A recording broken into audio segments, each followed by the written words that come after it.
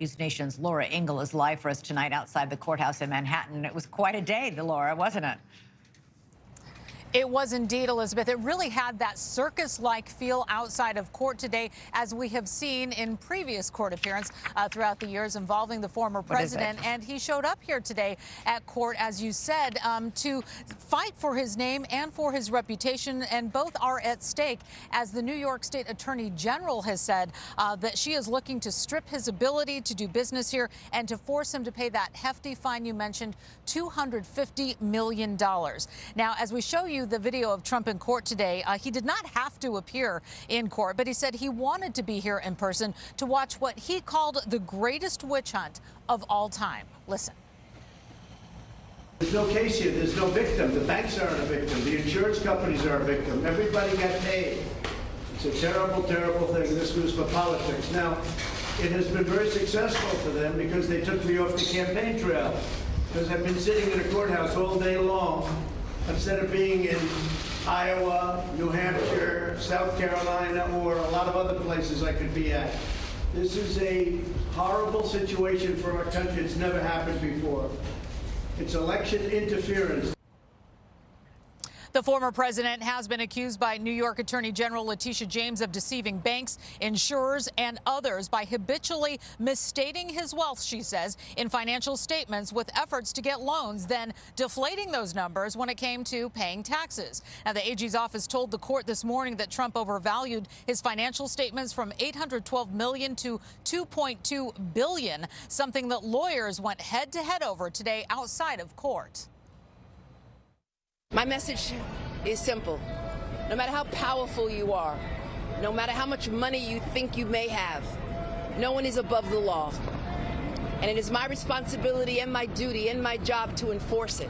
Letitia James campaigned on getting Trump. That's what this is about. Election interference.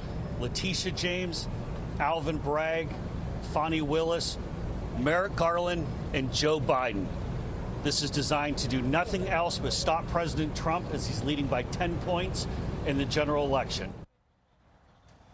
The former president took just about every courtroom break and opportunity to blast the Attorney General, Letitia James, and the Democratic judge who ruled against him just last week, Judge Arthur Engoron, finding that the former president committed fraud in his business dealings. And if that ruling, by the way, is upheld on appeal, Mr. Trump could be forced to forfeit New York properties, including Trump Tower. The New York Attorney General called former longtime Trump accountant Donald Bender to the stand, first witness of the day. Bender was an accountant at Mazars USA, which compiled financial statements for Mr. Trump and his organization from 2011 to 2020. And Bender will return to the stand in the morning. And when Mr. Trump was leaving here, he was asked by reporters, "Are you going to be back?"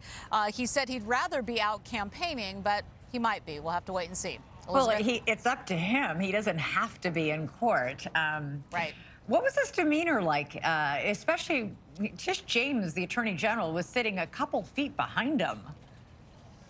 Right. Yeah, we had producers in the courtroom, and they told us, and we can see in some of the tape that we got, that he was, some people said he was seething, that his arms were crossed, and that when it came to making eye contact, he did not look at her. However, we heard that his son, who was in court, Eric Trump, did make an effort, did speak to her, shook her hand. We're not sure what was said, but when it came to trying to have a discussion with her, he was not having it. But when he left, we certainly saw kind of a lighter side of Trump, kind of spinning it and saying that this is going to be okay, and he'll be out on the campaign trail very soon. I think he looked pretty worked up in those press conferences, the many press conferences and all the breaks today. Yeah. All right, Laura Ingle, thanks so much. And Jesse, thanks so much for watching. Go to joinnn.com to find NewsNation on your television provider. And don't forget to click the red subscribe button below to get more of NewsNation's fact-driven, unbiased coverage.